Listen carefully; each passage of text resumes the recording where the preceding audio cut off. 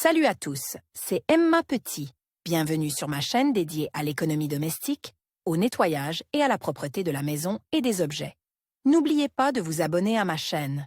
Passons maintenant directement au sujet de la vidéo. Avec l'arrivée des chaleurs printanières, il est temps de planter des semis pour les serres et les massifs.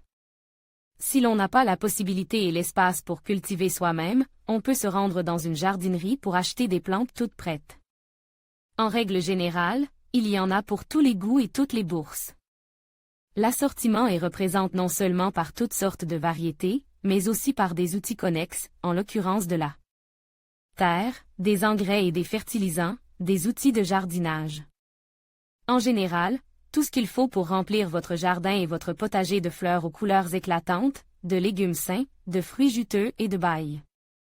Voyons comment ne pas s'y perdre, choisir ce dont on a besoin et apporter les bons soins aux animaux de la serre dans l'espoir d'une récolte abondante.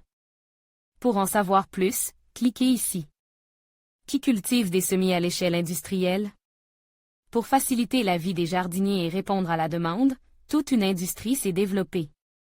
Des exploitations horticoles nationales en développement et des géants européens cultivent des plantes à l'échelle industrielle et les fournissent au comptoir des centres.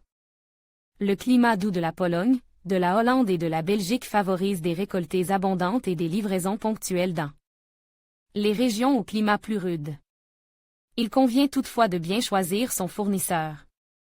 Le moment d'acheter. Le long week-end de mai marque le début de la saison des vacances.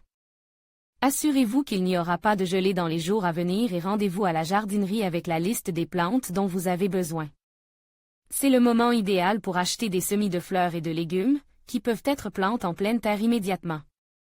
Quant aux arbustes et arbres à système racinaire ouvert, il est préférable de s'occuper de leur achat plus tôt et de se rendre à la jardinerie dès le mois d'avril.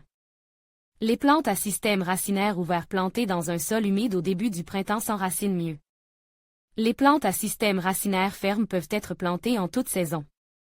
Ce qu'il faut retenir dans la jardinerie, la veille du voyage, étudier le site web de la jardinerie choisie ou une page dans un réseau social. Ainsi, vous verrez non seulement l'assortiment propose, mais vous pourrez également profiter des promotions et des réductions. Si vous visitez un point de vente pour la première fois, regardez autour de vous et voyez s'il y a tout ce dont vous avez besoin. Renseignez-vous sur les jours de stock et sur les livraisons prévues dans un avenir proche. Les achats en gros sont moins chers. Vous pouvez vous associer avec des amis, des membres de votre famille et des voisins pour faire une bonne affaire et la partager. Planifiez votre déplacement le matin. L'après-midi, surtout le week-end, vous risquez d'arriver devant des rayons à moitié vides. Lisez attentivement les étiquettes et les instructions d'entretien pour ne pas vous tromper et être déçu. Posez des questions aux conseillers si vous ne comprenez pas quelque chose. N'oubliez pas d'évaluer l'état général des plantes, aspect, système racinaire. À cette fin, il est permis d'enlever la motte de terre de la cellule.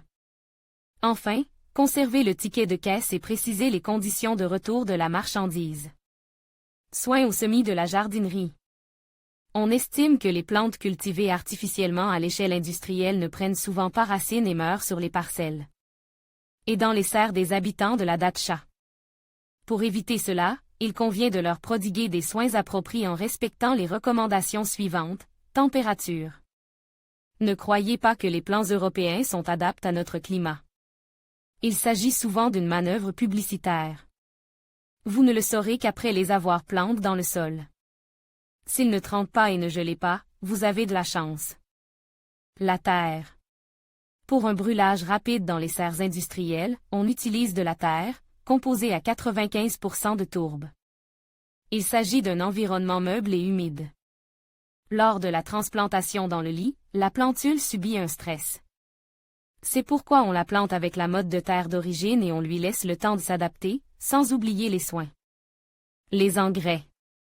Les producteurs utilisent des stimulants de croissance pour obtenir une belle plante sur le comptoir. Ils ont une période d'action prolongée, généralement de 2 à 4 mois, après quoi la plantule commence à avoir faim. Il ne faut pas oublier de nourrir à temps les plantes en pleine terre. Si vous prévoyez d'acheter des plants dans une jardinerie, choisissez les points où la marchandise est présentée par les producteurs. Situe le plus près possible de votre parcelle de jardin. C'est la garantie que les plantes sont adaptées au climat local et qu'elles ne mourront pas après avoir été plantées en pleine terre.